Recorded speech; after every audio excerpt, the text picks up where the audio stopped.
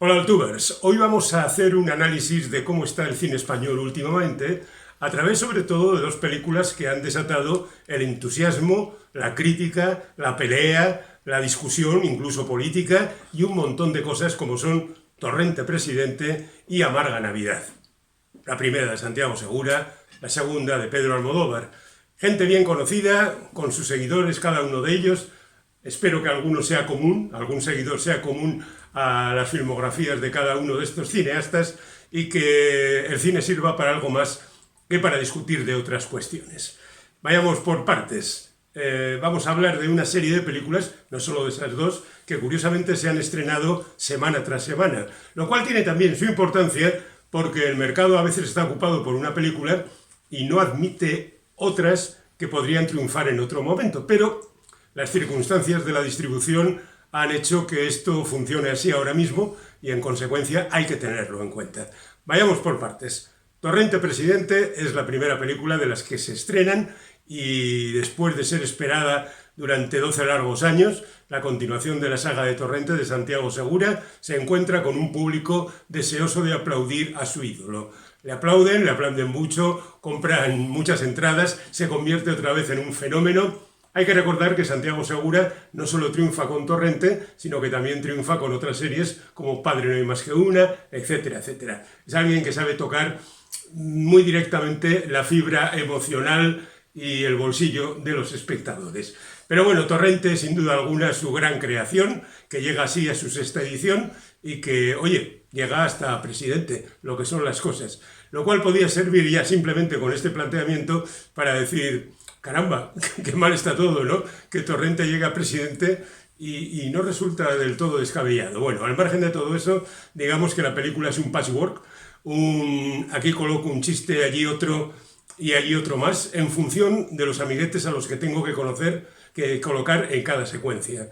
Es verdad que esto lo ha hecho siempre, pero en esta película es más evidente y además tenemos incluso la repetición de algunos chistes, porque hay algunos personajes y actores y actrices que han aparecido en películas anteriores y en algunos casos literalmente es el mismo chiste que entonces. Es decir, la cosa tiene bastante poca gracia, desde luego muy poca hilazón, desde el punto de vista cinematográfico no va muy allá porque Santiago Segura nunca ha sido un fino estilista empeñado en imitar a los grandes cineastas de la historia y en consecuencia tenemos una película para fans. Debo decir que hay un detalle que me resultó curioso. En la sesión a la que asistí a la proyección, el 90% de los asistentes eran hombres, cosa que no suele darse en el cine actual, donde generalmente son mayoritarias las mujeres. Y lo más curioso del caso es que estos hombres no iban en solitario, o de dos en dos, o de tres en tres, sino en grupos de 6, 7, 8 personas que iban allí como quien va al fútbol, como quien va de juerga, como quien va a divertirse y a disfrutar con su héroe favorito. Nada, Torrente para sus seguidores y hasta ahí. Pasamos a Amarga Navidad. Amarga Navidad es, podríamos decir, el compendio de las cosas de Pedro Almodóvar de los últimos tiempos. Casi podríamos decir de sus ocurrencias. Porque Pedro Almodóvar tiene unas cuantas ocurrencias que coinciden con sus obsesiones. Por un lado tenemos las ocurrencias más o menos cañí, que aquí ejemplifican momentos como la tarjeta de coca de urgencias o la pregunta de Carmen Machi a Bárbara Leni, que es una directora de culto, un culto satánico. Estas bromas que gustan a los seguidores de la primera etapa de Almodóvar. Luego están esas reflexiones profundas sobre el oficio del cineasta, sobre la realidad y la ficción, sobre qué es lo que hay que incluir de esa realidad en la ficción de las películas y si debemos creérnoslo todo. Porque aquí lo que se cuenta es la historia de un cineasta que está en crisis, por supuesto, que está escribiendo un guión sobre una cineasta que está en crisis. Y los dos son Almodóvar. Y él se maneja con ese tipo de cuestiones y va soltando personajes aquí y allá y va mezclando la realidad con la ficción, más o menos orgánicamente y también con sus particulares filias y fobias. Por supuesto, están los lugares maravillosos, Lanzarote, para que se paseen los personajes por allí, sus fijaciones con Chabela Vargas, por ejemplo, en algunos momentos que a mí particularmente me resultan ridículos, pero supongo que habrá gente que los encontrará absolutamente maravillosos. y unos cuantos personajes que aparecen y desaparecen y que sirven incluso para que el director haga bromas sobre ello, porque como tiene en marcha dos guiones, el del primer director y el de la segunda directora, pues puede decir que este personaje, oye, ha desaparecido sin que nos demos cuenta. Este tipo de cosas que hacen gracia a los cinéfilos, pero menos al público en general.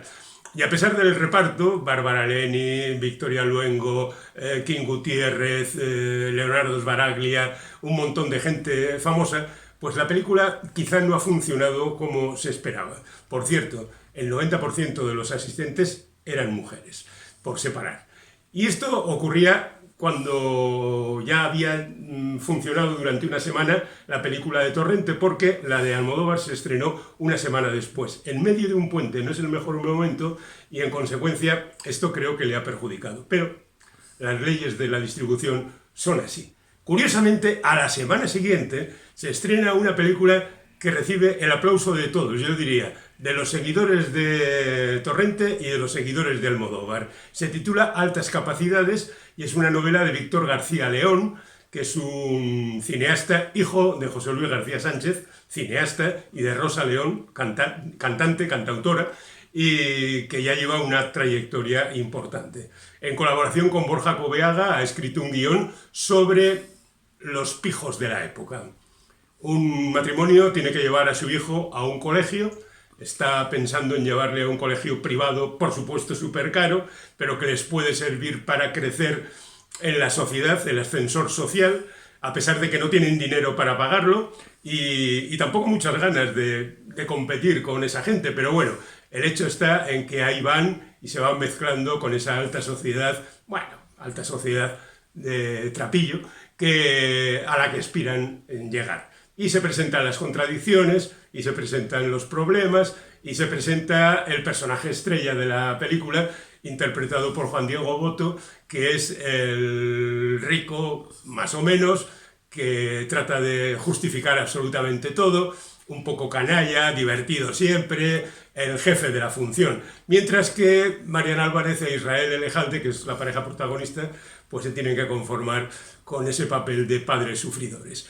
No es que la película venga a revolucionar el cine, porque Víctor García León hace un trabajo funcional y eficaz, pero la película ha gustado y se ha convertido casi en el punto de unión de la anterior. Se estrenó una semana después de la de Almodóvar, 2 de la de Torrente. Pero curiosamente, a la semana siguiente se estrena Laponia, una película de David Serrano que coincide con la película anterior en que se habla también de altas capacidades. En este caso, basada en una obra teatral, dos matrimonios empiezan a discutir sobre asuntos relacionados con sus hijos, de altas capacidades y de Papá Noel.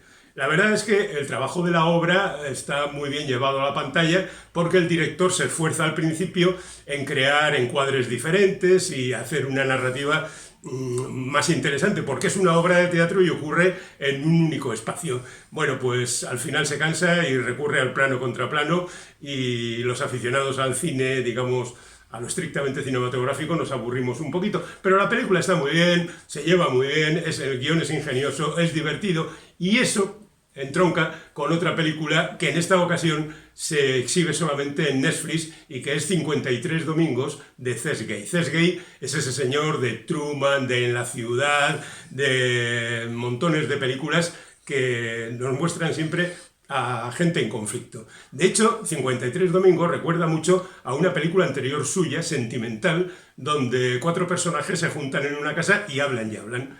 Y en 53 domingos ocurre exactamente lo mismo. 3 hermanos que se reúnen o que quieren reunirse y que no acaban de conseguirlo y que al final pues, nos llevan a soluciones más o menos tópicas.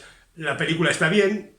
En esta ocasión Cés Gay trabaja mejor el hecho de sacar la acción del lugar donde se desarrolla, la casa, la saca a la calle en diferentes ocasiones, pero digamos que al final el trato es el mismo. 5 películas para discutir de cine español que recientemente se han estrenado y que dejamos ahí a vuestra consideración.